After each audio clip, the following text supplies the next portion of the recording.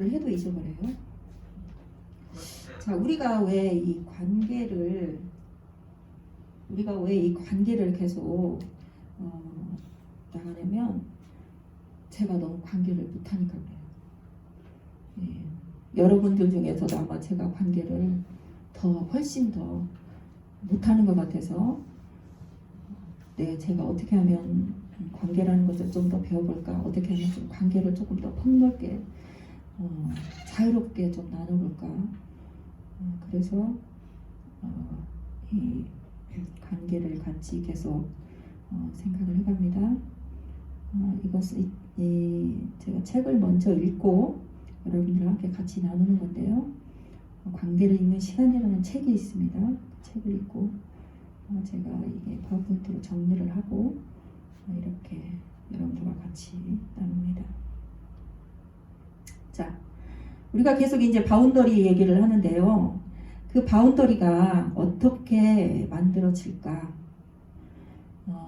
나라는 이 울타리가 어떻게 만들어지나 이런 것들을 계속 공부를 하는데 왜 이렇게 계속 바운더리 얘기를 하고 있냐면 우리가 관계를 할 때, 누군가와 관계를 할 때 나라는 이 울타리라는 게 너무나도 중요하기 때문에 그런 거죠. 왜냐하면 그것이 나를 보호해주기 때문에 그렇습니다.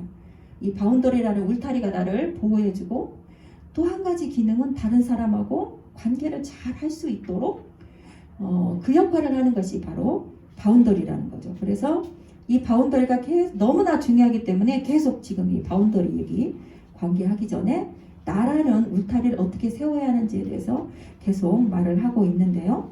자, 앞에 이 타이틀을 보시면 아이는 공생적 관계에서 벗어나 모든 공포, 고독, 자신의 무능감을 견디면서 자기 세계를 만들어간다.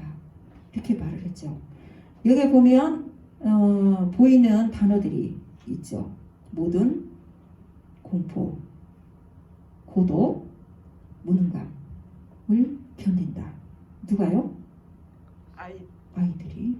네, 아이들이 자기의 고독, 공포, 무능감을 견디면서 자기의 세계, 자기의 울타리, 자기의 바운더리를 만들어간다는 거죠. 나를 만들어간다는 거죠. 여기 오늘은 그 애착이라는 얘기를 하는데요.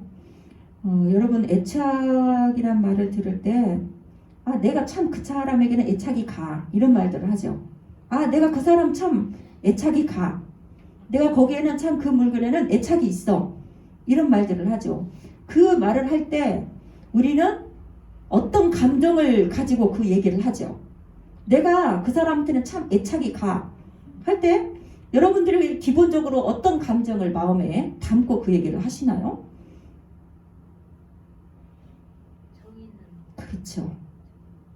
긍정적인 감정.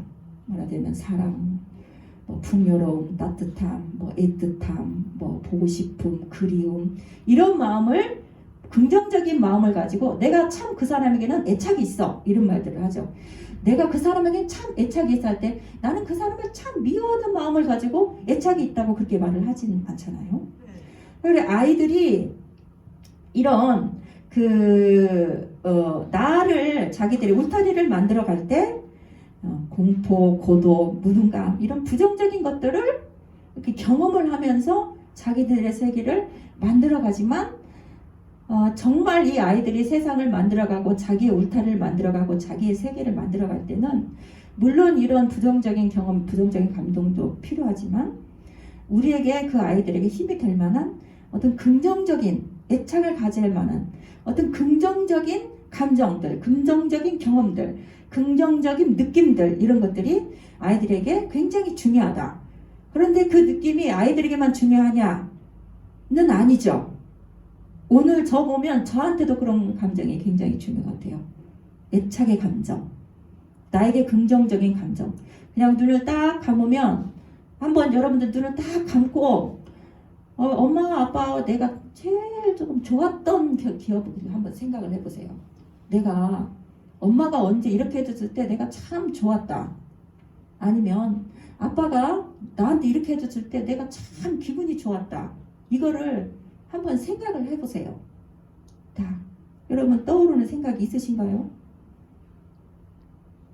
내가 우리 엄마를 생각하면 기분이 참 좋아지는 그런 경험들이 있어. 아니면 내가 우리 아빠를 생각하면 나 정말 기분이 참 좋아지고 마음이 막 이렇게 넓어지고 그런 경험이 있어. 자, 눈 뜨시고. 자, 그런 경험들이 있으시죠? 네. 그런 경험들이 있으시죠? 자, 그런 경험들이 있기 때문에 여러분들이 오늘 여러분들을 지탱하고 살아가시는 거예요. 그런 경험들. 내 안에 있는 그런 감정적인 경험들이 있기 때문에 그 경험을 가지고 살아가는 거죠. 그래서 그걸 딱 생각하려면 여러분 마음이 어때요? 마음이 편안해지죠. 편안해지고 또 힘이 막 솟아나요. 그리고 내가 뭔가를 막 할 수 있을 것 같아요. 그리고 용기도 막 솟아나죠. 감정이 애착 감정, 우리에게 좋은 감정, 긍정적인 경험, 좋은 경험들이 우리에게 이렇게 힘을 준다는 말이죠. 아이들이 이렇게 해서 자기들의 분리, 엄마로부터 분리를 해가고 자기 자신을 스스로 자기 울타리를 세워가는데 이런 과정들을 거쳐서 세워간다고 합니다. 3개월까지 아이들이 잠만 자죠. 그리고 이제 뭔가 쥐가 이제 축축해야 울어요. 그때사 오줌 쌌다고 똥 쌌다고 울고 그 다음에 또 자죠. 그리고 또 배고프면 울어요. 그걸 어떤 단계라고 하냐면 거의 자폐적인 단계다.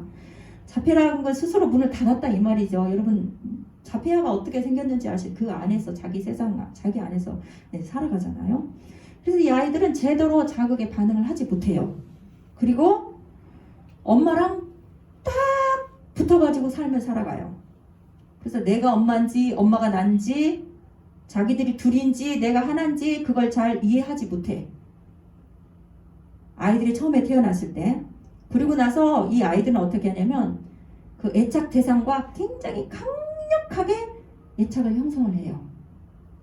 그러면서 아이들이 여러분 다 젖을 주셨다 아시겠지만 아이들이 젖을 먹을 때는 어떻게 해요? 있는 힘껏 젖을 먹이죠. 자, 그 모습을 보면 엄마가 젖을 안 줄 수 있어요. 젖을 줄 수밖에 없어요. 젖을 줄 수밖에 없어요. 젖을 안 주던 엄마들도 자기 아이가 자기 가슴 매달려서 젖을 막 이렇게 막 정말 온 힘을 다해서 젖을 먹는 거 보면 젖을 안 줄 수가 없어. 아이들이 왜 그렇게 할까요? 엄마 젖이 너무 맛있어서 아이들이 막 정신없이 자기들의 온 몸으로 감정들을 내뿜으면서 아이들이 그렇게 젖을 먹을까요? 왜 그럴까요? 엄마가 좋아서요? 왜 살아요? 왜 살아야 돼요? 그렇죠. 그렇게 해야만 엄마가 자기한테 젖을 준다는 거죠. 뭐예요? 몸을 자기들의 감정이나 이런 것들을 아이들이 이런 말씀에 좀 무기로 삼는다는 거죠. 무슨 말씀이 이해가 좀 되세요? 내가 그렇게 해야 애착관계가 쫙 달라붙어가지고 엄마가 나를 안티 못하는 거예요. 그래서 엄마가 나를 더 쫙 달라붙도록 하기 위해서 아이들이 엄마한테 무한한 사랑과 정말 거짓이 없는 것 같은 미소와 너무나도 천사 같은 얼굴을 아이들이 엄마한테 보여주는 거예요. 저는 그렇게 생각해요. 아이들이 엄마를 신뢰해서 엄마가 너무 좋기도 하지만 다른 한편으로는 그것이 바로 아무것도 할 수 없는 엄마한테 기대어서 할 수밖에 없는 아이들이 내세우는 무기다. 저는 그렇게 또 생각을 이번에 한번 해봤습니다. 저도 그런 경험이 있어요. 저 딸이 저기 수경이가 저기 좀 저렇게 앉아있는데요. 주사를 맞으러 가야 되는데 나를 보고 막 뻥긋뻥긋 웃는데 막 그 얼굴에서 나는 엄마를 100% 신뢰해 이게 막 얼굴에 써있는 거예요. 자기한테 장차 다가올 그런 위험 상황 주사기가 자기 몸속에 들어갈 줄도 모르면서 그냥 나는 엄마를 100% 신뢰하면서 얼굴이 막 이렇게 쳐다보고 있는데 저는 그 표정을 지금도 잊을 수가 없어요. 자, 그 표정을 잊을 수 없는 엄마가 그 표정을 아이하고 애착 과정을 형성을 한 엄마가 그 쉽게 어떤 나쁜 짓을 할 수 있을까요? 이것이 그래서 애착이 아이들한테도 애착 과정이 되지만 아이가 나한테 주는 그런 마음도 엄마도 그 애착을 형성한다는 거예요. 자, 그 측면에서 계속 한번 들어보시기 바랍니다. 그래서 아이들은 애착 과정을 이렇게 나누도록 애착을 이렇게 쫙 달라붙도록 본드로 붙인 것 같이 쫙 붙일 수 있도록 아이들이 그렇게 한다는 거예요. 아이들이. 저 딸이 또 저한테 알려줬는데 아이들이 저녁에 젖 먹다가 저녁에 막 울죠. 밤낮이 바뀌어가지고 막 울잖아요. 아이들이. 그런 경험들 없으세요? 그냥 그렇죠. 안 자고 울죠. 안 자고 울잖아요. 어느 되면 어느 시기가 지나면 저도 너무 이제 육아한 시기가 지나가서 잘 모르겠는데 아이들이 어느 시기가 딱 지나면 밤낮이 딱 바뀌어요. 맞아요. 그래가지고 저녁에 잠 안 자고 울어요. 계속 울어요. 그런데 놀랍게도 아이들이 왜 우냐면 동생을 엄마 아빠가 못 만들게 하려고 아이들이 그렇게 우는 거래요. 이해가 좀 되세요? 맞다. 그렇지. 동생이 생기면 어떡해. 자기 자리를 동생한테 뺏기잖아요. 강력한 경쟁자가 나타나기 때문에 그 강력한 경쟁자를 미리 원천 봉쇄하려고 그렇게 저녁에 아이들이 모르는 게 아니라 너무 잘한다는 거죠. 그래서 어떻게 보면 아이들이 천진난만한 웃음으로 정말 천사 같은 얼굴로 엄마들을 어떻게 해요? 사랑으로 이렇게 한다는 거죠. 엄마들을, 부모들을. 자, 이렇게 3개월이 지나고 나서 한 6개월 전후가 되면은 그때는 이제 아이들이 나와 엄마가 좀 다르구나 이것을 조금 이제 인식을 한다고 해요. 나는 나고 엄마는 엄마구나. 그때가 바로 언제죠? 6개월 전후로 아이들이 뭐 해요? 엎드리고 기어다니고 이러죠. 기고 그러면서 그때부터 분리가 조금 되는 거예요. 그제는 계속 엄마한테 안겨있고 엎여있고 이러다가 자기가 힘이 조금 생겨가지고 엄마하고부터 조금씩 이제 떨어지기 시작하면서 개별화 단계가 약간 조금씩 이루어진다는 거죠. 그래서 이제 12개월 후에 자기가 걸어다니면서는 이제 본격적인 개별화 단계가 나오는데 그때부터 뭐예요? 이제 애착 대상과 내가 엄마하고 조금 분리를 시작하는 거죠. 그래서 이제 그동안 엄마 무릎에만 앉아있고 엄마 품에만 앉아있던 아이들이 이제 딱 걷기 시작하면서 어떻게 해요? 걸어가 보죠. 한 걸음, 두 걸음, 세 걸음 딱 걸어가 보잖아요. 그러고 나서 또 뭐 해요? 걸어가다 주저앉기 전에 뭐 해요? 딱 걸어가다가 딱 뒤를 쳐다보죠. 엄마를 보죠. 엄마가 있는가 없는가. 그래서 자기가 안전한 정도만큼만 딱 걸어가다가 자기가 불안을 느끼면 어때요? 뒤돌아서 주저앉고 엄마한테 가죠. 엄마한테 가요. 이것을 아이들이 끊임없이 반복을 해요. 무슨 말이냐면 엄마로부터 떨어지는 연습을 돌 때부터 계속 하는 거예요. 계속 엄마로부터 애착 대상으로부터 떨어지는 연습을 해. 가는 만큼 가. 그러다가 불안하면 어떻게 해요? 돌아서 엄마한테 다시 와. 그러다 좀 있다가 일어나서 또 가. 그리고 다시 엄마한테 돌아와. 이때는 아이들이 절대 그냥 앞으로만 계속 가지 않습니다. 뒤돌아서 확인을 해요. 엄마가 있는가 없는가, 아빠가 있는가 없는가 확인을 해요. 그리고 안정을 느끼고 나서 다음 일을 해요. 그러면서 뭐예요? 자기의 개별화 단계, 자기를 그때 계속 세워나가는 거예요.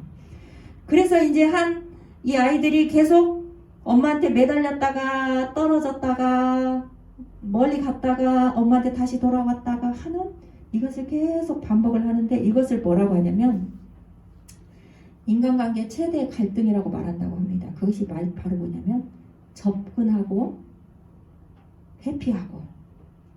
우리 다 그러죠.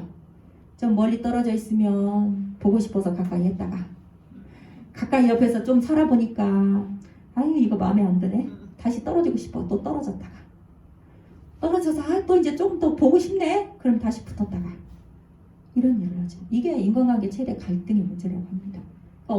아이들에게만 해당되는 게 아니라 저한테도 그러고 여러분한테도 그러고 조금 떨어져 있으면 보고 싶고 보고 싶어서 같이 있으면 힘들어서 또 혼자 있고 싶고 이것이 인간관계 최대 갈등의 문제, 접근과 회피의 문제라고 합니다. 그러면서 아이들이 12개월 이후로 차츰차츰 자기 세계를 만들어 가게 되는데 30개월 전후로 그러니까 만 2, 3세가 되면은 대상 항상성이라는 것이 생겨요. 대상 항상성이라는 것이 무엇이냐면 아이들이 기억력이 짧아가지고 아이들이 걸어가다가 서서 엄마를 보고 엄마가 있구나 그걸 알아요. 그리고 처음에 아이들이 엄마 화장실에 가기 허락해요. 말 들어보니까 막 화장실 가서 문 열어놓고 볼일 본다 하시더라고 다들. 애기 데리고 가서 보고 왜 그래요? 애들이 안 떨어지려고 하죠. 왜요? 자기 눈앞에 엄마가 없으면 엄마가 없는 줄로 알아.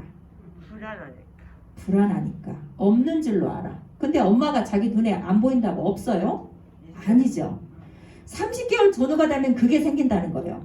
내가 엄마가 내 눈앞에 안 보여도 엄마는 있구나. 이것이 생긴다는 거예요. 대상 항상성이 생긴다는 거예요. 그래서 이제 엄마가 조금 떨어져 있어도 돼. 그 전에는 엄마가 눈에 안 보이면 엄마가 없는 사람이야. 그래서 화장실도 애들 데리고 가고 문 열어놓고 화장실 가고 이런 일을 했는데 이제는 30개월 정도 되면은 엄마는 눈에 안 보여도 있구나. 이게 느껴지면서 그 안에 아이들이 뭐가 생기냐면 이제 위로가 생기는 거예요. 엄마가 내가 눈에 안 보여도 있구나라는 것들이 딱 아이가 이제 캐치를 하면 내 안에 안도감이 생겨. 안도감. 그래서 이 안도감이 생기면서 이제 뭐예요? 어린이집에도 갔다 올 수 있고 어린이집에 갔다 오려면 상당히 시간 떨어져 있어야 되잖아요. 초등학교도 가고 그것이 확장돼서 중학교, 고등학교도 가고 그것이 확장돼서 결혼 생활에서 엄마 떨어져 살고 이때 감정이 성인의 감정을 조절할 수 있는 능력이 이때 생기는 거예요. 내가 엄마가 내 눈에 없어도 내 앞에 없어도 엄마가 나와 함께 있구나. 이것들을 마음이 있는 것들을 알고 위안을 얻음으로 마음에 힘이 생겨서 아이들이 그때부터 엄마를 떨어져서 살 수 있게 되는 거예요. 엄마 떨어져서 자기의 삶을 살기 시작하고 성인이 되어서도 내 안에 아까 여러분 기분 좋은 생각을 했을 때 내 마음이 기분이 좋아지고 내 마음이 평온해지고 내 마음이 릴렉스되고 내 몸이 편안해지는 것처럼 성인이 되어서도 그 감정이 나를 정서를 조절할 수 있는 밑바탕, 밑거름이 된다는 거죠. 이렇게 애착의 과정들을 아이들이 나눠간다는 겁니다. 그래서 이 두 사람이 연인 같은데 떨어져 있잖아요, 지금. 고민을 하죠. 좀 다가가고 싶은데 상처받으면 어떻게 하지? 제가 지금 딱 이러고 있는 것 같아요. 제가 이 모습. 다가가고 싶은데 허락없이 다가갔다 또 싫어하고 상처받으면 어떻게 하지? 여러분 이런 상황에 여러분들 어떻게 하실 것 같아요? 다가가서 상처받으면 어떻게 하지? 가지도 못하고 오지도 못하고 이런 상황. 시간이 오래돼. 우리는 시간이 정말 오래됐어요. 오래된 게 어떻게 하실 것 같아요? 여러분 같으시면 어떻게 하실 것 같아요? 저는 옆으로 안 가요. 이현희 권사님 옆으로 안 간대요. 김기현 권사님.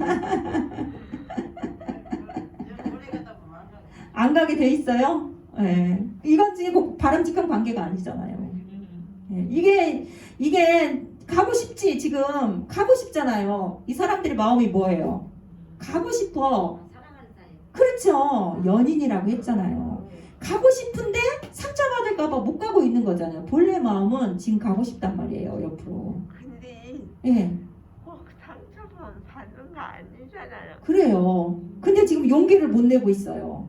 이게 뭐예요? 사람의 큰 관계의 주제란 말이죠. 큰 관계의 주제예요. 제가 시어머니한테 막 가고 싶어요. 가는데 뭐예요? 가면 또 나를 불편하게 할 땐 이 생각이 든단 말이죠. 그래서 못 가고 있어요. 이거랑 똑같은 거죠. 요새는 시어머니가 불편하게 하는 것이라 이제 며느리가 불편하게 요새는 며느리가 불편하게 하세요. 아이고 우리 권사님이 그냥 며느리가 불편하게 해서 광주 갔다 오셔서 좀 불편하셨나 봐. 시어머니가 며느리 눈치 보지. 요새는 시어머니가 며느리 눈치 본대요. 근데 그것도 뭐예요?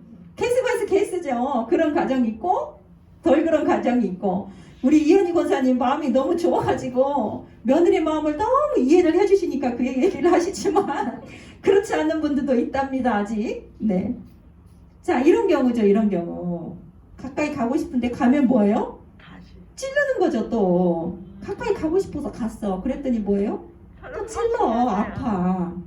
아, 이런다는 거예요. 이게 뭐라고요? 관계? 전제. 이럴 수밖에 없어요, 우리는. 왜요? 우리는 다 이렇게 고슴도치같이 다 이렇게 날카로운 가시들을 가지고 있잖아요. 네. 이게 가장 큰 인간관계의 문제라, 기본 베이스로 깔고 가는 문제라는 거죠. 이게. 안 이러는 사람이 없어요. 안 이러는 사람 없어요. 맞아요. 네, 다 이러고 살아요. 뭐 목사님도 이러고 살고, 장로님도 이러고 살고, 이게 결혼을 안 하신 분들은 안 이러는지 어쩐지 모르겠지만, 다 이러고 살아요, 다. 네. 이게 기본이라는 거예요, 관계. 자, 아까 말했던 이제 대상 항상성이라는 게 뭐냐, 왜 중요하냐면, 자, 내가 누군가를 나와 애착관계 굉장히 중요한 사람. 그래서 여러분들 지금도 그 생각 하시잖아요. 어머니가 돌아가셨고 아버지가 돌아가셨지만 있어요. 어디에? 예, 있죠. 예, 마음에 있어요. 엄마가 돌아가신 10년 넘고 아빠가 돌아가신 지 10년 넘었지만 엄마의 느낌이나 엄마의 말이나 엄마의 생각들이나 엄마의 뭐 나한테 말했던 것들이 여기 살아 있어요. 그게 뭐예요? 대상 항상성이라는 건데, 이 대상 항상성이 왜 중요하냐면, 이 대상 항상성은 이 능력을 주는데 어떤 걸 갖다 주냐면 혼자 있을 수 있는 능력을 준다는 거예요. 왜? 엄마가 지금 나와 함께 없지만 엄마는 있으니까, 다른 곳에 있으니까 안심을 하는 거죠. 혼자 있을 수 있는 능력을 가질 수 있게 되고, 또 뭐예요? 정서를 조절할 수 있는 능력이 있다는 거예요. 왜? 엄마가 내 안에 있으니까 내 마음이 일단 푸근하잖아요. 그래서 부정적인 감정을 조절할 수 있는 능력이 있다는 거죠. 대상 형성성이 생기므로. 그 다음에 또 뭐 어떻게 할 수 있는 능력이 있냐면 자기 욕구에 기반을 둔 자기 세계를 구축할 수 있다. 내 세계를 구축할 수 있다라는 그런 능력을 대상 항상성이 생겼을 때 구축이 된다는 거예요. 여러분, 여기에서 자기 세계를 구축하는데 이 앞에 있는 글들이 굉장히 중요해요. 자기 욕구에 기반을 둔 자기 세계. 이게 나라는 거예요. 자기 욕구. 욕구라는 게 뭐예요? 욕구라는 게? 내가 갖고 싶어. 뭔가를 하고 싶다는 거죠. 뭔가를 하고 싶은 마음, 뭔가를 하고 싶은 것들이 내가 하고 싶은 그것에게 기반을 둔 나의 세계를 구축할 수 있는 능력이 대상 항상성이 생기면서 이런 능력들이 생긴다는 거죠. 그래서 내가 엄마가 내 눈에 없지만 엄마를 인식할 수 있고 엄마를 볼 수 있고 엄마를 느낄 수 있다는 것들이 굉장히 중요한 거죠.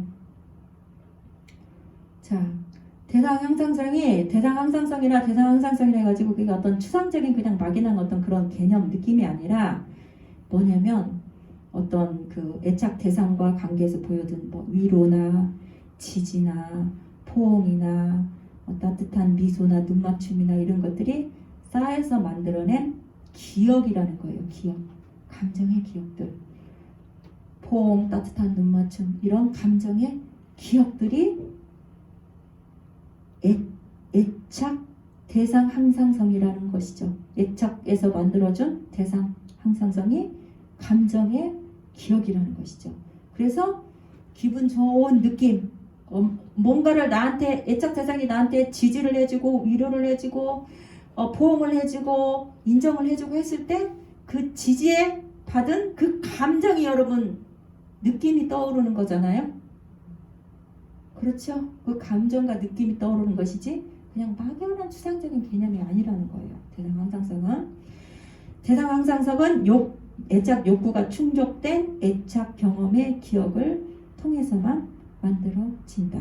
그래서 애착 경험의 충족 이런 것들이 굉장히 중요하다 말을 하는 거죠. 자, 그럼 어떻게 해요? 나는 너무 애착 관계를 너무 잘 못했는데 저 우리 딸이 여기 있지만 애착 관계를 너무 잘 형성을 못했는데 그럼 어떡해? 이런 소리를 들을 때마다 정말 나 너무 잘못한 것 같다 이런 생각들이 막 들어가지고 막 도둑이 제발 들으시죠 여러분들 쩔리시잖아요. 야 애착 관계, 애착 손상, 애착 관계를 잘 못해줘서 내 아들이 내 딸이 애착 손상을 맞아가지고 애착이 손상을 당했는데 그럼 이게 다 이제 부모 탓이에요. 왜요? 엄마가 그냥 아이가 받았을 때는 조금 울었을 때는 좀 받아주고 조금 기다려주고 좀 참아주고 마음을 읽어주고 감정을 동의해주고 지지해주고 이래야 되는데 엄마가 그걸 못했어. 그랬으니까 어떻게 애착에 손상이 일어났네 아이들한테. 그럼 이게 다 부모 책임이죠.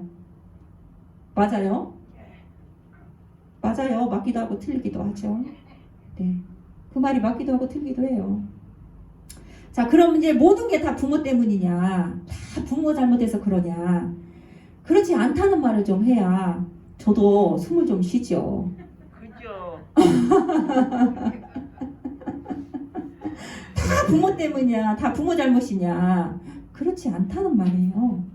자, 1956년에서 84년 동안 알렉산더 토머스와 스텔라 체스가 종단 연구를 이렇게 쭉 했다는 거예요. 이렇게 쭉 연도별로 한 사람을 데리고 이렇게 쭉 이렇게 어떤 한 주제를 가지고 쭉 이제 시대로 올라가면서 내려가면서 연구를 해봤는데 뉴욕에서는 141명의 영아들을 대상으로 이렇게 연구를 해봤더니 이런 결과가 나왔다네요.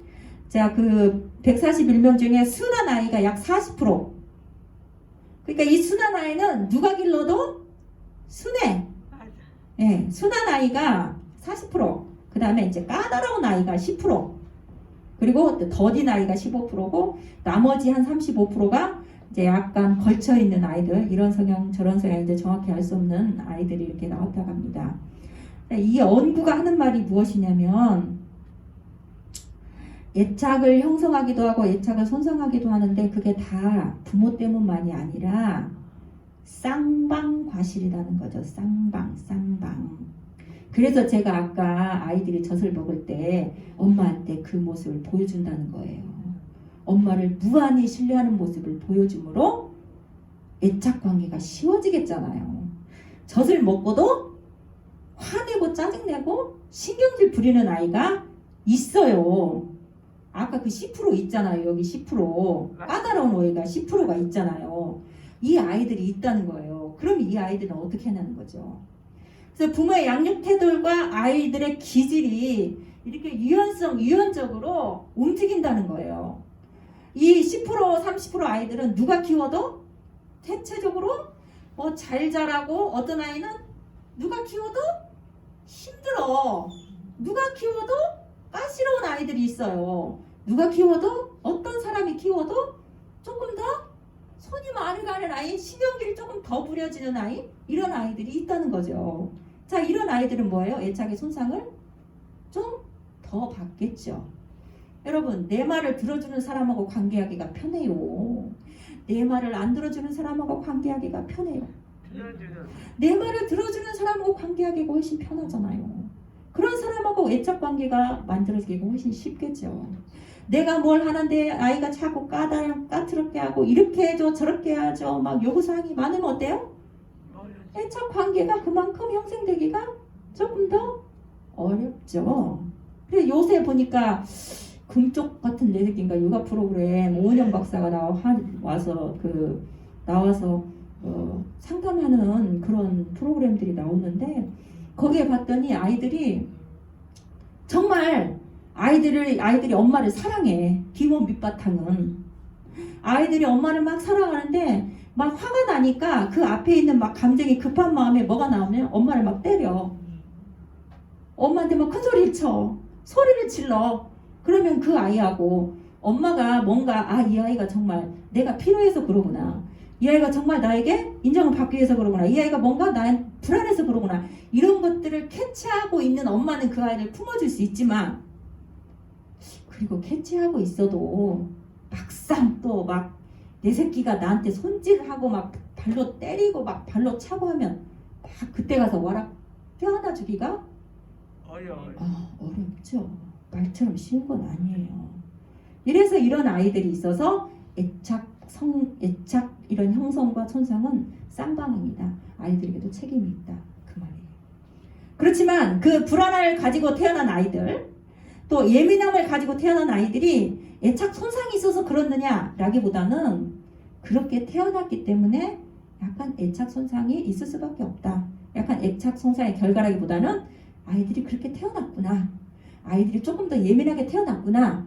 아이들이 조금 더 불안하게 태어났구나. 그런 것들을 그럼으로써 애착관계가 조금 더 형성하기가 어렵구나. 이런 것들을 생각하고 캐치하고 있으면 조금 더 부모가 편하겠죠.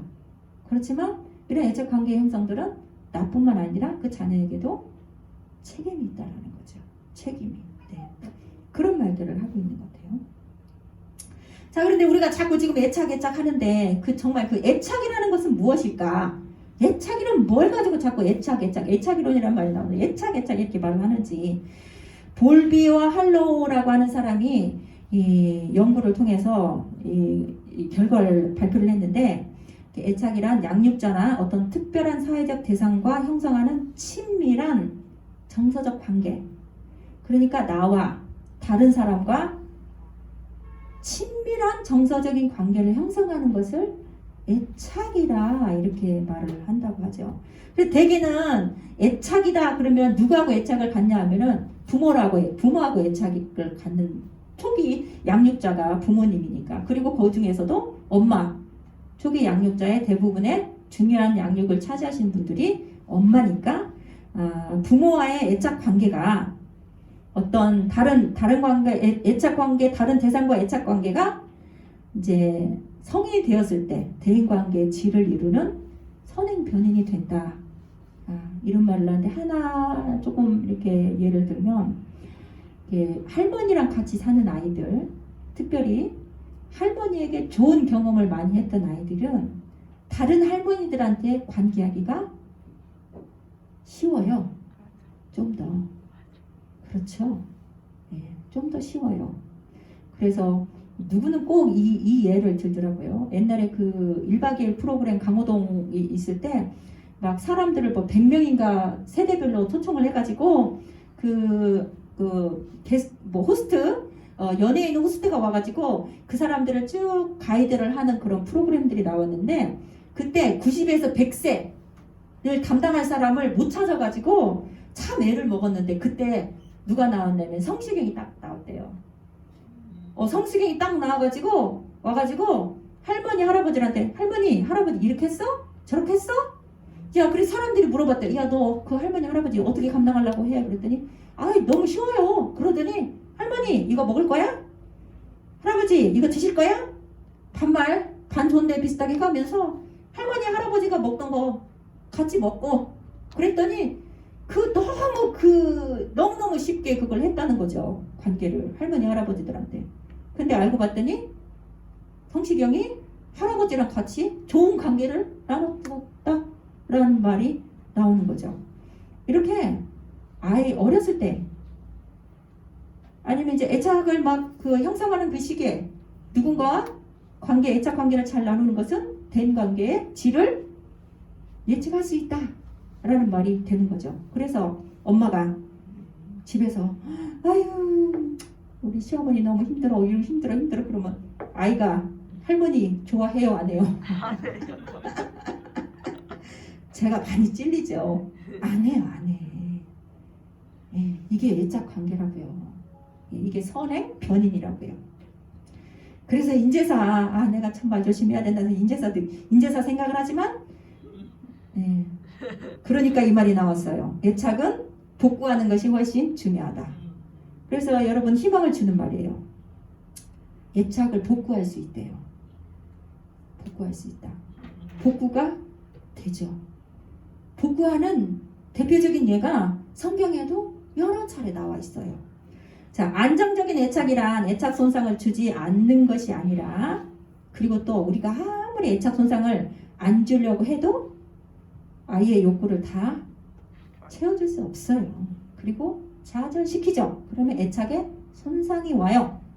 자, 애착 손상을 주지 않는 것보다 더 중요한 것이 뭐냐면 애착을 회복하는 것인데, 애착이 한번 이렇게 깨어지면 유리 조각처럼 붙일 수 없는 게 아니라 다시 회복이 되고 복구가 된다네요. 그래서 얼마나 감사한지 모르겠어요. 애착이 수없이 깨지면서 다시 복구하고 그 연결시키고 하면서 더욱더 단단해진다고 합니다. 자,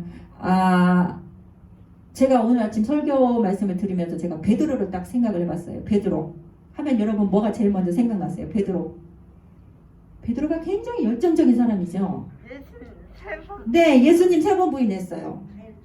다혈질. 자, 이거 예수님은 3번 어떻게 할 수 있어요? 자, 베드로가 그 전에 어떻게 말했죠? 야, 내가 이제 예수님은 막 주여 살아계신 하나님이라고 막 신앙 고백을 막 했어. 그랬더니 예수님께서 막 깜짝 놀랐어요. 그리고 또 베드로가 한 일이 있죠. 야, 내가 이제 죽으러 갈 거야. 그랬더니 베드로가 뭐라고 했어요? 야, 우리도 주와 함께 주러 가자. 이렇게 말한 사람이 베드로예요. 자, 그리고 또 베드로가 뭐라고 했어요? 야, 니들이 다 오늘 나를 버릴 거야. 예수님께서 제자들한테 말하니까 베드로가 딱 그때 뭐라고 했죠? 나는 다 버린다. 안 버린다. 그렇죠. 야, 예수님 다른 사람 다 버려도 저는 절대 예수님 안 버릴게요. 이렇게 딱 말을 했단 말이에요. 자, 그러면 여기에서 베드로의 어떤 마음을 보실 수 있나요? 사랑하는 거. 네, 예수님을 이처럼 사랑한다는 거예요. 다른 사람은 다 버려도 나는 예수님을 버리지 않을 만큼 난 예수님을 사랑합니다.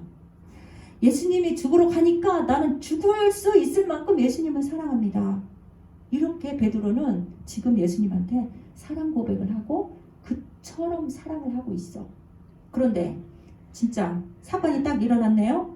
예수님께서 이제 그 가야바의 뜰 거기에서 이제 막 매를 맞고 막 이러니까 다른 사람은 성경에 보니까 거기에 가지도 않아. 맞아, 가지도 않아. 김정수 권사님이 가지도 않네 이렇게 말했어요. 가지도 않아. 다른 사람들은 다 도망가고 가지도 않은데 베드로는 그래도 가서 불쬐어요. 불쬐지만 베드로는 따라갔죠. 그게 뭐예요? 믿음. 믿음이고 뭐예요? 다른 말로 하면 사랑. 사랑. 예수님을 향한 사랑이에요. 예수님을 향한 사랑. 자, 그래서 불을 딱 쬐고 있고 예수님은 매 맞고 있는데 그때 그 계집종이 왔네. 딱 와가지고 딱 말하죠. 아저씨도 저기 당이랑 똑같잖아요. 그랬더니 베드로 그때 딱 뭐라겠어요? 아니라고. 야, 무슨 소리야. 나는 저 사람 몰라. 너 지금 뭔 말 하고 있는 거야. 저 사람 나하고 상관없어. 이렇게 말을 했어. 자, 그럼 어떻게 이렇게 할 수 있느냐는 거죠. 그래서 베드로가 예수님을 3번을 부인하잖아요. 나중에는 저주하면서 부인했어요. 어떻게 할 수 있게. 이 사건을 어떻게 여러분들 어떻게 해석을 할 거예요. 자, 베드로가 예수님을 사랑 안 해요? 해요. 사랑하죠. 근데 그 상황에서는 왜 예수님을 모른다고 했어요? 자기 목숨? 위기를 넘기려고? 그 말도 맞아요. 그런데 기본적인 뭐예요? 기본적인 것은 뭐예요? 예수님을 부인하고 있지만 그 안에는 뭐가 있어요? 두려움. 사랑이 있어. 예수님을 내가 지금 부인을 했지만 그 안에는 사랑이 있어. 여러분 다시 한번 생각해 봅시다. 여자들이 맨날 남편한테 하는 말, 기본 고정. 여보, 어머니하고 나하고 물에 빠졌는데 누구 먼저 구할 거야? 이 말 하죠. 저는 안 해봤어요. 답이 너무 뻔할 것 같아서 나를 구한다고 온다고 할 것 같아서 저는 안 물어봤는데. 자, 사모님 착각하신 거 아니에요? 아니 착각일 수도 있죠. 뭐 착각일 수도 있지만 난 그래도 수영할 줄 아니까. 냅둬. 착각이라도 해야지. 냅둬요. 나 착각이라도 해야 돼. 나 착각이라도 해야 돼. 자, 그 순간에 남자들이 뭐라고 대답을 하든지 간에 자기 와이프를 정말 사랑하는 것은 거짓말이 아니에요. 무슨 말씀인지 이해가 되세요? 베드로는 예수님을 너무 사랑했어. 그런데 여러분도 그러시잖아요. 내가 진심은 이건데 남이 와서 갑자기 푹 찔렀을 때 다른 말 할 때 있잖아요, 여러분. 있어 없어요? 있어. 베드로도 그거예요 지금.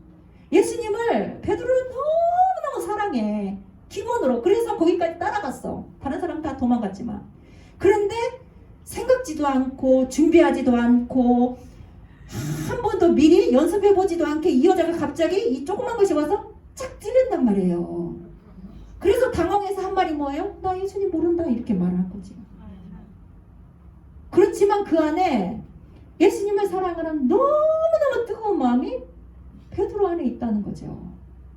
자, 예수님이 딱 부활하고 나서 어떻게 했어요? 베드로가 야 우리 물고기나 잡으러 가자 했는데 예수님만 상처를 당했을까요?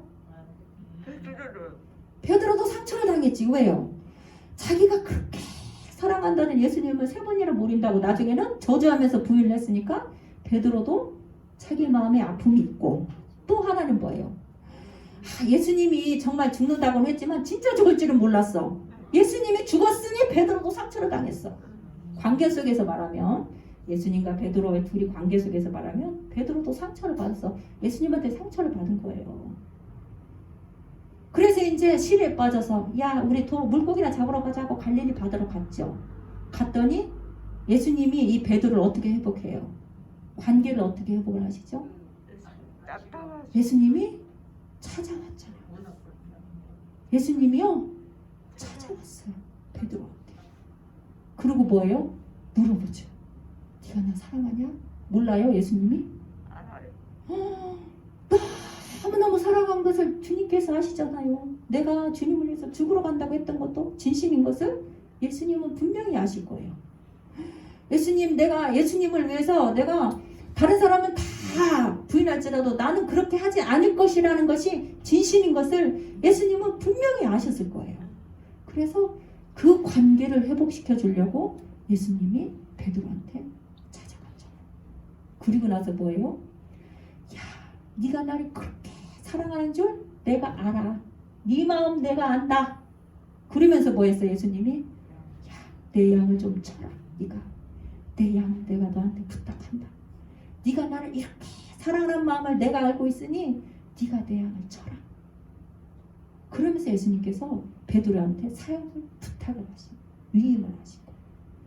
그래서 베드로가 회복돼서 나중에 어떻게 됐어요? 거꾸로 십자가에 매달려 돌아가시잖아요. 수많은 기적들, 어떻게 보면 예수님보다 더 큰 기적들을 행하고 베드로가 그 일을 할 수 있도록 예수님 오셔서 어떻게 해요? 관계를 복구시켜 주셨잖아요. 예수님이 부활했으니까 나 믿으라고 더 많은 사람들 막 회중들 대중들에게 보일 수도 있었을 거예요. 내가 죽었다 살아났다. 너희는 나를 믿어라. 할 수도 있었지만 예수님은 선택은 뭐였어요? 베드로 한 사람.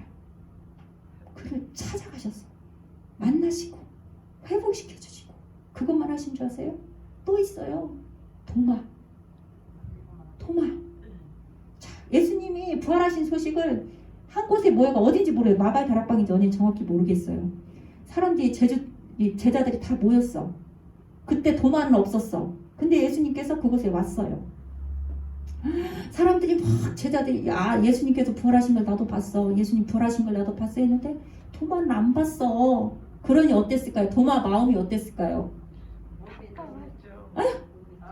안 믿어? 마음이 어땠을까? 마음이 그 마음이 감정이 어땠을까? 답답하고 또 복잡하고 또 서운하기도 하고 화도 나죠. 누구한테? 예수님한테 화도 나지. 왜요? 그렇죠. 나 있을 때 좀 나타나서 나도 좀 보여주지. 그렇죠? 나 있을 때도 좀 나타나 주지. 왜 나 있을 때는 안 나타나 주냐 이거예요. 그래서 도마가 한 말이 뭐예요? 야 나는 그 손가락에다가 옆구리에다 찔러보기 전에 나 못 먹겠어. 한 말이 뭐예요? 진짜 안 믿으려고 그런 거예요? 아니요. 내가 이만큼 서운해. 예수님을 못 봐서 화가 나. 다른 사람 은혜 다 받은 애다 은혜 못 받으면 어때요?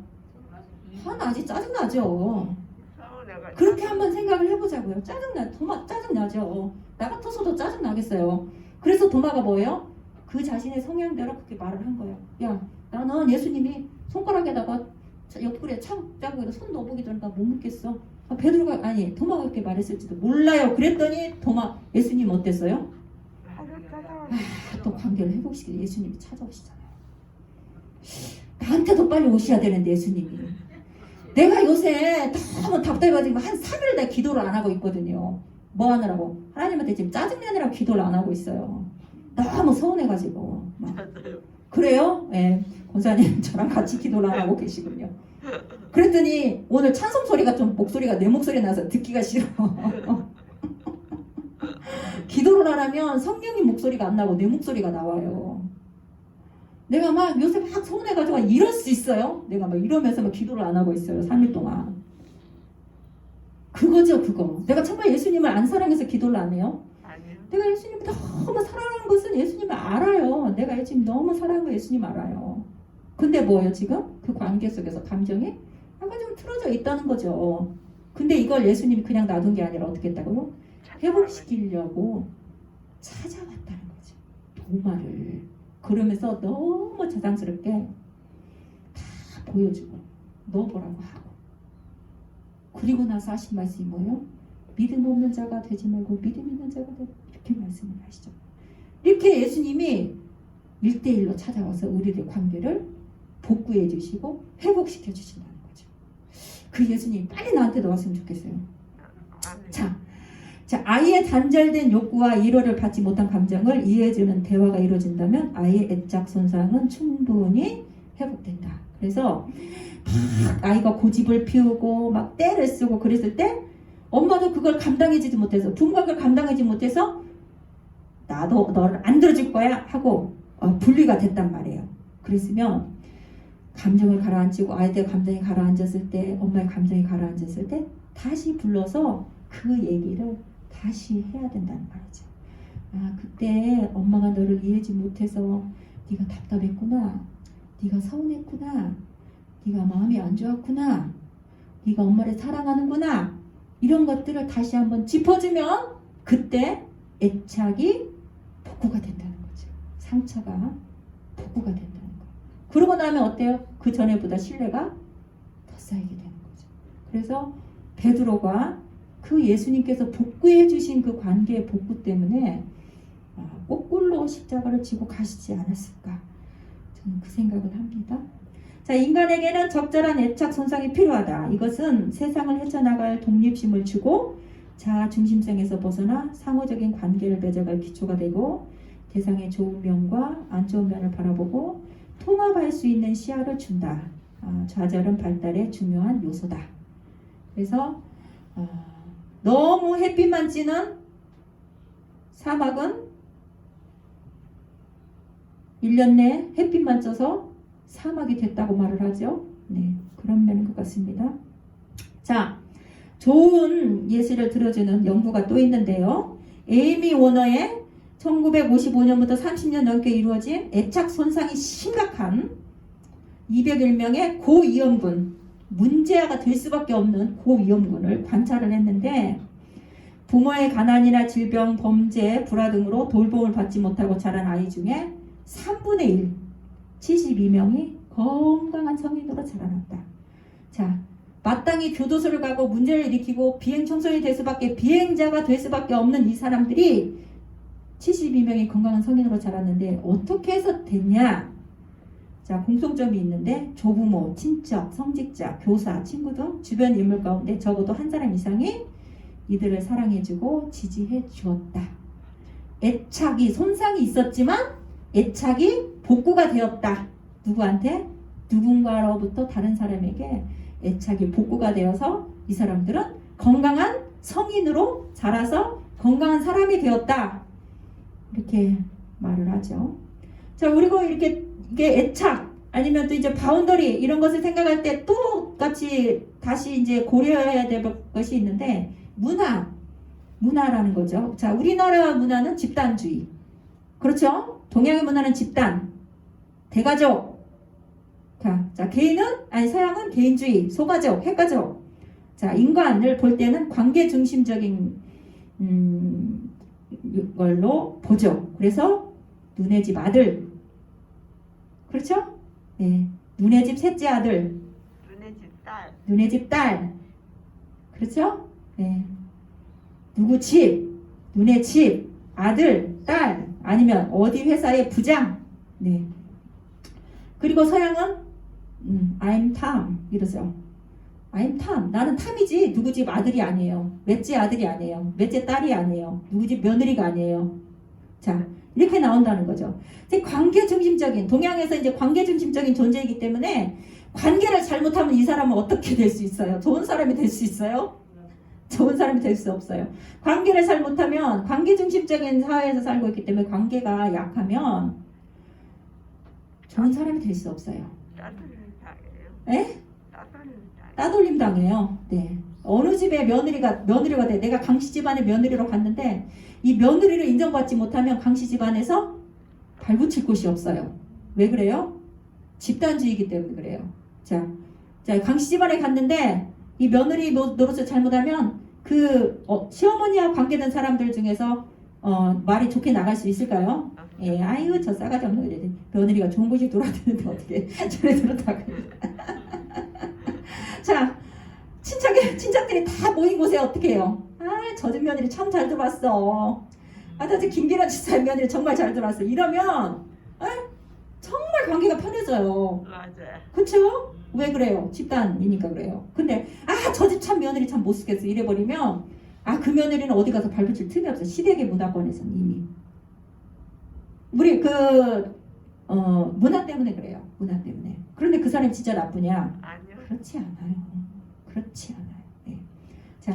자, 고맥락 사회. 이런 말하면 이만하면 뭐냐면 여러 사람들과 같은 그 연관이 많이 돼 있다는 거죠. 그래서 저 강철홍 목사님 소개를 좀 해보세요. 그러면은 나는 한몸교회 목사고 해피하우스 어디 원장이고 나는 맨날 몇 년을 주고 있고 이렇게 말하는데 서양에서는 자기소개를 쓰려면 어떻게 하냐면 나는 수영을 좋아하고 나는 어디 수영을 좋아하고 야구를 좋아하고 이렇게 쓴다는 거죠. 완전 다르죠.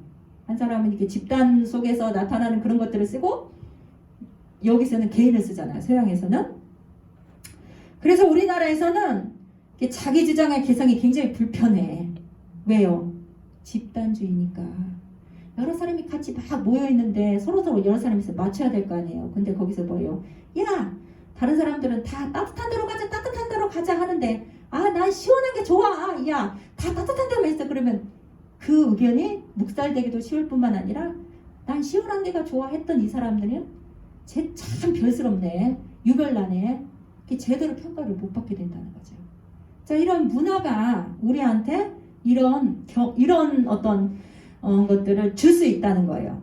그리고 대화도 다르죠. 그래서 우리나라 대화나 동양의 대화에서는 어떻게 해요? 그냥 두리뭉실하게 말을 해요. 그래서 이거 조금 더 드실래요? 그러면은 인사차 한번 물어보고 더 드실래요? 그럼 됐습니다 했는데 진짜 돼서 됐다는 건지 더 먹고 싶은데 이해가 되시죠? 네, 이거 예의 때문에 됐다고 하는 건지 이거 모른단 말이에요. 그런데 서양에서는 정확하게 얘기하죠. 좀 더 주시라든지 아니면 됐다든지 정확하게 말을 해. 우리나라는 그냥 두리뭉실, 동양 문화권에서는 두리뭉실하게 이렇게 말을 한다는 거죠. 그 진짜 좋은지 안 좋은지 그 행간을 읽어야 되고 그 마음을 읽어야 되고 그 속마음을 읽어야 될 정도로 이렇게 뭐 때문에 집단주의에서 살기 때문에 그렇다는 거예요. 집단이 함께 살기 때문에. 자, 이런 문화들을 조금 고려를 해야 되고요. 하지만 오늘의 현실은 점점점 개별을 중요시하는 세대가 돼가고 있고 개인의 바운더리가 명료해져 가고 있고 또 개인의 정체성을 찾아가는데 조금 더 중점을 두어지고 있고 이런 쪽으로 가고 있죠. 자, 이런 경험들이 있으신지 모르겠어요. 여러 사람들이 있고 내가 있는데 혹시 여러 사람들의 어떤 대의를 추구하고 집단을 추구하고 나와의 어떤 선택을 해야 될 때 이런 여러 사람들을 선택하지 않고 내가 동일하게 내 의견이 선택되어진 경험들이 여러분들한테 있으신지.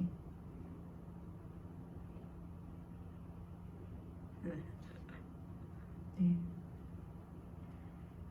같다는 거죠. 여러 사람들이나 나 혼자나. 예수님은 많은 군중을 택하지 않으시고 신라망에 빠진 베드로를 선택하시고 그를 찾아가시고 도마에게 찾아가시고 그를 선택하시고 이런 경험들이 여러분들에게도 이런 좋은 경험들이 있으신지, 이런 좋은 경험들, 혹은 여러분들이 이런 경험을, 이런 선택을 해준 경험들이 여러분 자녀들이나 혹은 여러분 이웃에게 있으신지. 자, 이 그림을 보면 어떤 생각이 나시는지.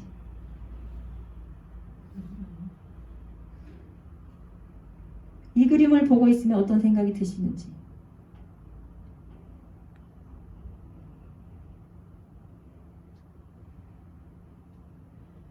한 사람이 힘들겠죠. 한 사람이 힘들겠어요? 네. 한 사람만 힘들겠어요? 옆에 서고 있는 사람들은 대체죠. 네. 자, 누가 뒤집어야 될 것 같아요? 여러분 생각은 어떠세요? 이런 모습을 봤을 때. 본인이 뒤져요. 내가 뒤져요. 내가 뒤집어야 돼요. 자, 이 한 사람을 위해서 이 사람들이 다 뒤집어질 수는 없나요? 그랬을 때 이 한 사람을 위해서 이 사람들이 다 뒤집어지면 이 사람 패턴대로 갈 수 있는 거죠.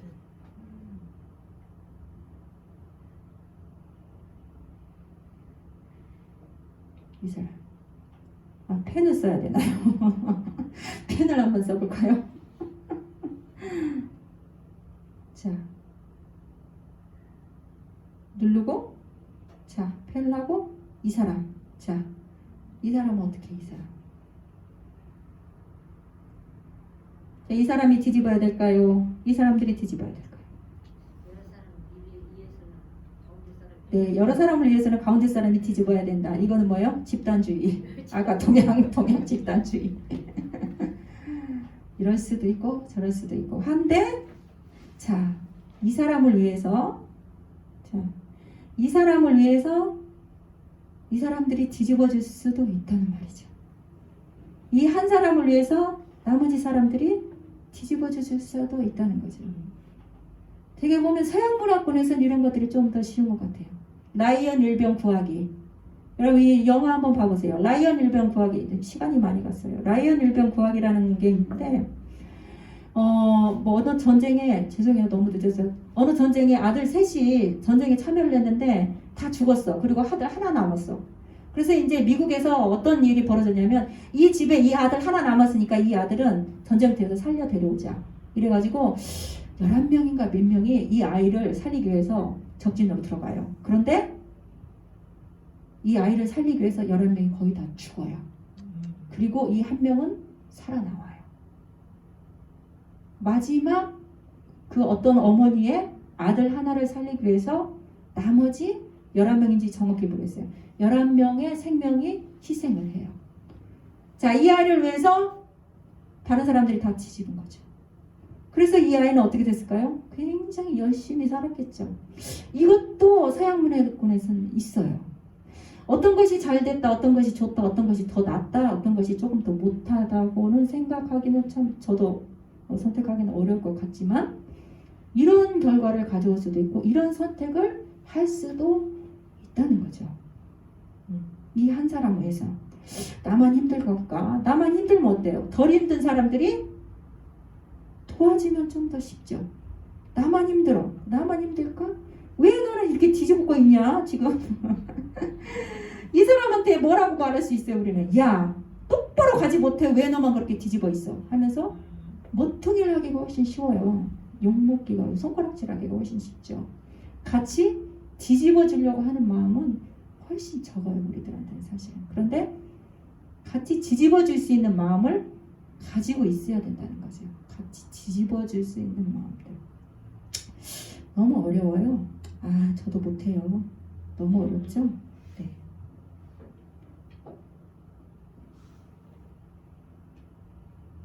자,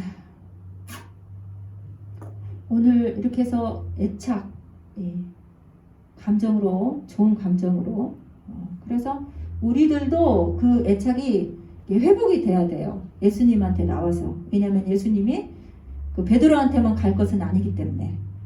만약에 베드로한테만 가고 나한테 안 오면 여러분들 예수님한테 따지세요. 왜 베드로한테는 가고 나한테는 안 오세요? 여러분, 왜 돔한테는 가고 나한테는 안 오세요? 예수님이 도마만 위해서 피를 흘려주셨나요? 나는 하나님 딸 아닌가요? 나는 하나님 자녀 아닌가요? 하고 여러분도 예수님이 여러분들한테 안 오시면 뭐 따지세요. 저는 요새 따지고 있어요. 그래서 네. 이렇게 우리 관계는 이런 그 뭔가 누군가 나를 지지해주고 걱정해주고 염려해주고 사랑해주고 이런 관계들을 통해서 내가 관계에 풍성해지고 다른 사람과 관계하기가 쉬워지고 그런 기술들을 내가 품고 가고 또 뭐요? 내가 뭔가 수용되는 느낌을 받고 그 경험이 있어야 내가 다른 사람도 수용을 해줄 수 있어요. 내가 뭔가 지지를 받고 내가 뭔가 사랑을 받은 경험이 내 안에 있어야 내가 다른 사람을 수용하고 사랑해 줄 수 있어요. 그래서 이런 관계들이 굉장히 중요해요. 왜 이런 얘기를 자꾸 하냐면 사람들이 하는 관계들이 자꾸 이런 밑바닥, 밑거름, 이런 어떤 그 베이스를 깔고 하기 때문에 이런 베이스들을 조금 알면 우리가 저 사람들의 마음을 조금 읽기가 조금 쉽다는 거죠. 저 사람과 관계를 트기가 조금 더 편하다는 말이죠. 그래서 제가 이런 것들을 계속 하고 있는 것 같습니다. 제일 첫 번째 요인은 제가 관계를 잘 못하니까 관계를 더 잘하고 싶어서 이런 강의들을 자꾸 더 나누는 것 같습니다.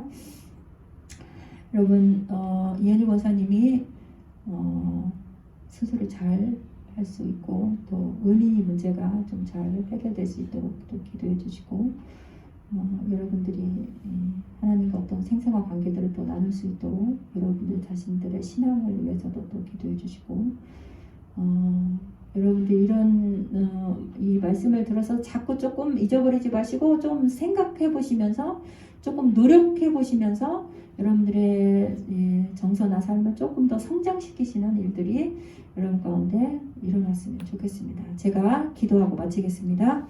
하나님 아버지 감사합니다. 오늘 애착 손상에 대해서 또 어떻게 애착을 형성해 나가야지는지에 대해서 같이 고찰을 하고 생각을 해봤습니다. 예수님을 향한 뜨거운 마음이 있었던 베드로를 예수님은 그 마음을 아셔서 상처받은 베드로, 어떻게 보면 실에 빠져있는 베드로를 예수님께서는 찾아가셨습니다. 그 찾아오시는 예수님이 오늘 저희에게도 필요합니다. 저는 지지와 사랑과 믿음의 경험들이 참 적습니다. 그래서 다른 사람과 관계를 나눌 때 그 사람들의 마음의 진심을 받아들이기 어렵고 빨리 신뢰하기 어렵고 의심의 눈초리로 보는 경향들이 있으며 내가 100% 마음을 열지 못하는 경향들이 있는 것을 고백합니다. 나의 애착의 손상의 결과입니다. 예수님께서 오셔서 우리들의 관계를 회복시켜 주시고 나의 애착에 손상이 된 것들을 회복시켜 주시고 이렇게 편히 믿지 못하고 또 확실하게 믿지 못하고 신뢰의 경험이 부족한 저희들에게 오셔서 한량없는 신뢰와 믿음과 사랑의 지지를 예수님께서 저희들에게 허락해 주시고 경험하게 하셔서 우리들의 손상된 애착이 회복이 되고 복구가 되어서 하나님과 더 좋은 관계, 이웃들과 더 좋은 관계, 또 더불어서 나와 관계에 있는 모든 사람들이 더 좋은 관계를 누리며 더 평안한 삶을 누릴 수 있도록 저희들을 축복하시고 저희들을 도와주시옵소서. 주님께서 이 주 동안도 우리를 홀로 두지 아니하시겠다고 약속하셨으니 그 약속의 말씀을 반드시 이루시고 이현희 권사님의 수술 자리에도 수술대 위에도 수술하시는 의사 선생님 손길에도 의민이에게도 의민이 엄마에게도 우리 하나님이 함께하여 주셔서 하나님 주께서 함께하시는 경험, 놀라운 경험들 지도해 주시고 인도해 주시는 경험들이 이현희 권사님이 충분히 경험할 수 있는 귀한 기회가 되도록 우리 하나님께서 함께하여 주옵소서. 예수님의 이름으로 기도합니다. 아멘. 감사합니다. 마쳤습니다. 너무 늦었습니다.